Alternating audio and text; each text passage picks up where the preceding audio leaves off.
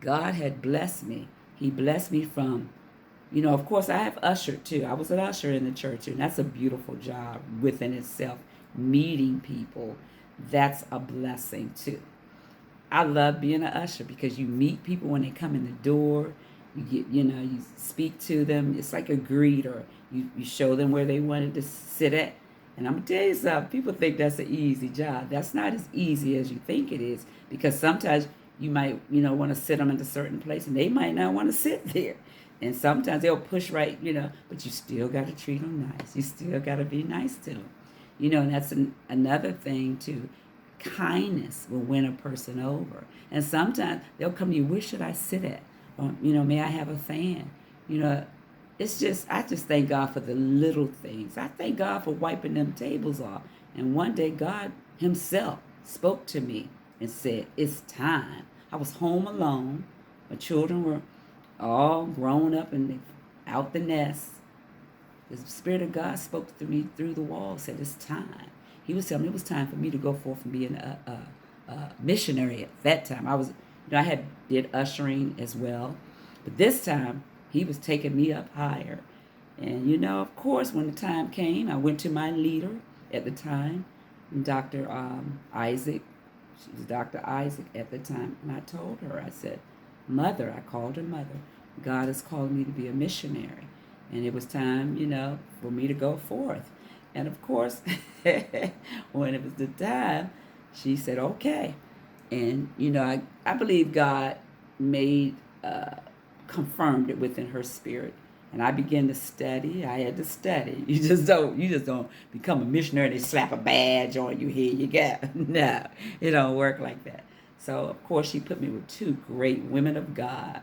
Both of them were evangelists. They were something else, too. And I love both of them. Two sisters in the gospel. And we went for one worked with children in the school system, and one was a doctor, a very good woman at Howard University Hospital, a great doctor, and I love her to this day. I love them both.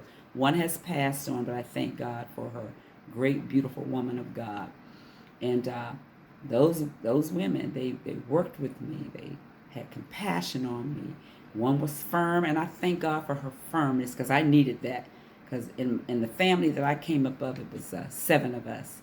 And my father was very firm about us reading books and studying. And we couldn't even play with toys. We couldn't even be outside. My father came home from work. If toys, we couldn't have toys. We push all the toys under the bed. We'd get a book. We'll start reading the book. One time, one of us got caught. The book was upside down, so he knew we weren't doing what we were supposed to do. But my father was an advocate of learning. He just pushed that in us, learning. And I thank God for all my brothers, all 5 of them. God, they're powerful men. They have great jobs. They have homes for their wives. And they're businessmen. They're great leaders, to this day. And I thank God I'm in the health field. But it took those 2 young ladies pushing me to make, and the leader of the church, our pastor. And it made me the woman that I am, that you see today. That you see today. And God is still working on me. And God still have higher heights and deeper depths for me to go. And I know He's still excelling me. And I'm thankful for that. But in all of that, and all you're getting, you still want to stay humble. You still want to look to God. You still want to look to the hills from whence cometh your help. And I thank God for looking to the hills from whence cometh my help. So you know what? I just wanted to encourage each and every one, whatever dream you have, don't give up. Don't give up. And don't be like this slothful servant who lost an opportunity to have some type of spiritual progress. He had a dream, but he took his dream and didn't do anything with it. But who should he blame? Should he blame the other servants? Should he blame his Lord? No, he had to blame himself. Let's look at the book of St. Luke 12 and 20.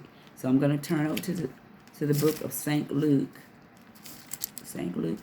12 and the 20th verse. And let's see what that says, because it looked like my eyes kind of fell onto that. And I just, out of curiosity, wanted to see if that's going to kind of center on what I'm talking about right now. So it's 12th chapter of St. Luke and the 20th verse. But God said unto him, Thou fool, this night thy soul shall be required of thee, be which thou hast provided. Be. Okay, so let me go up here. Let's read up to let's get a little understanding on that, because we don't just want to, just stop at that one. So this, to me, it talks about the rich ruler, or the faithful. Okay, so I'm going to start at the 16th verse, and this is also about someone who had plentiful. So that 16th verse of St. Luke, and it reads in the 12th chapter and the 16th verse says, And he spake a parable unto them, saying, and parables are just short stories. And this is the parable of the rich fool. The ground of a certain rich man brought forth plentifully. And he thought within himself, saying, What shall I do? So this is a flip side. And this is someone who already has a lot, because I have no room where to bestow my fruits. So in other words, he had a lot. He already had his dream. This man had so much. So he just didn't have no more room to keep the stuff, to bestow all his goods.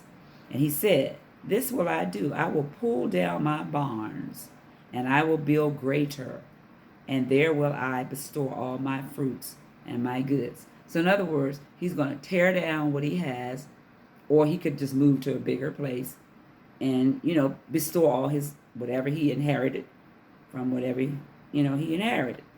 And he said, This will I do. I will pull down my barns and build greater. So he had some plans.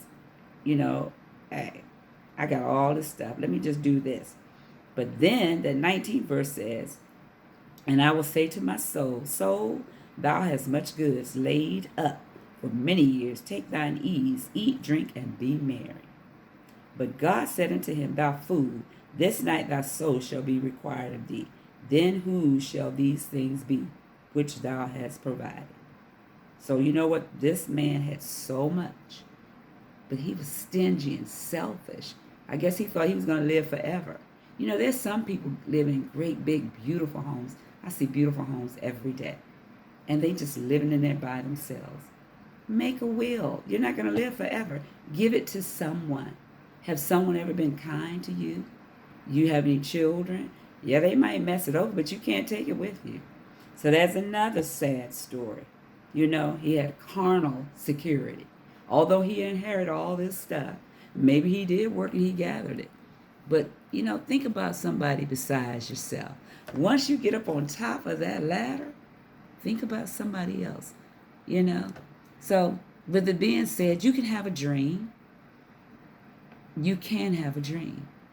But in your dreaming, don't be selfish. Don't be greedy. It's our Father's good pleasure to see us make it in this world. You know what? Just, donate sometimes. Give sometimes. Have a heart.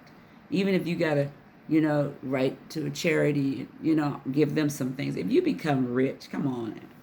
$50 billion, $25 billion, $100 billion. That's a lot of money.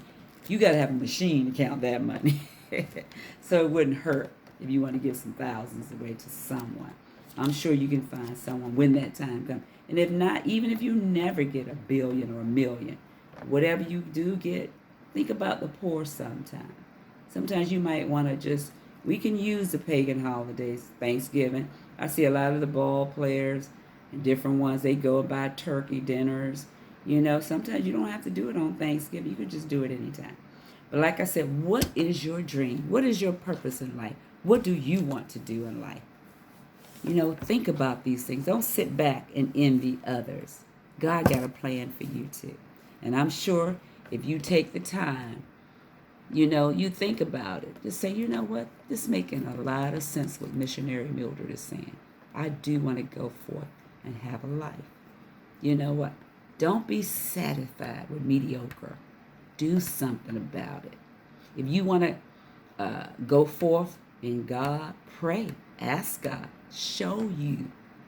Say, God, show me. God, then bless me to come up. I'm tired of just not doing anything. God, help me. And when God bless you, of course somebody's going to be jealous. Of course there are going to be some people saying, you know what, I'm not buying that. Because I remember when she used to just clean the church up, you know. Yeah, there was times I had the keys to the church, and I came in and put the code in, and I vacuumed the dust. But you know what? I enjoyed that. Thinking about it now, I miss that, you know. But guess what? When I was doing it, hey, I learned so many beautiful lessons. God would talk to me. I'm straightening chairs out on each rows. I'm picking up candy paper that people dropped. I'm picking up bottles of water, empty bottles that was put on the floor. I'm picking up bottles that water still was in them. And I began to take those bottles of water that people would leave behind and water the plants in the church. So in everything, you can find something to do. Even the leftover water. The plants needed that water. But you know what? When I think back on those things, I'm thinking of how good God was to me. How many stories, how many parables, how many lessons, how many things God taught me while I was cleaning the house of God. And honestly, that was an honor because God see everything we do. Man don't see it. And some people might have laughed and said, she cleaning the church. That's an honor. That was an honor and a privilege to clean the church. It was an honor. So think about it. You know what? Maybe it's not cleaning the church. Maybe it's helping someone. Maybe, you know what, as you go to the store, you might know a neighbor in your neighborhood, and they might have children, buy some extra boxes of cereal and take it to them. And watch God bless you. You be like, wow. You know, pick up 2 extra boxes of cereal or some milk. I know things is getting high out here. Just go out your way. Because that dream that you want, trust me, next thing you know, God will start to make it a way. When you go up there with your demo or with your personal card, say, here go my personal card. Next thing you know, you'll be getting phone calls. You'll be hearing from people, Mr. Jackson, can you please come in? We want to interview you. You know what? We heard your demo. We like that song. You know what? You're good with that keyboard. You're a good drummer. You know what? We like your ideas of this fashion design. Can you draw some more? Can you tell us? Can you sketch? Next thing you know, you begin overwhelmed with calls. Don't give up. Don't give up. There's a purpose for all our lives. There's a time. There's a season. Don't give up. Yeah, you may have that day job, but there's something else for you to do. And God is using me to tell you there's something else in life that God has for you to do. God has a plan. God has a purpose. And God loves you. This has been an honor to sit here just for these few minutes, for this 45 minutes to an hour, just to let you know God is still in control of our lives. He has the last say so. If somebody say no and you walk away, don't be surprised if somebody else will call you and say, we need you. Don't give up. Keep the faith. Guess what? Look at the ants. Go to. Take notice of the ants. They don't give up. And I used to cover their holes when I was a little girl because I didn't know no better. Them ants will come out another hole. Don't give up. Be like the ant. Have that persistence. Thank you. It has been a pleasure. This is Missionary Mildred. God bless you. Look us up. Bethel Commandment Church of the Living God in Bowie, Maryland. Stop by and see us sometimes if you're local. God bless each and every one. Keep the faith and keep trusting in God. Amen.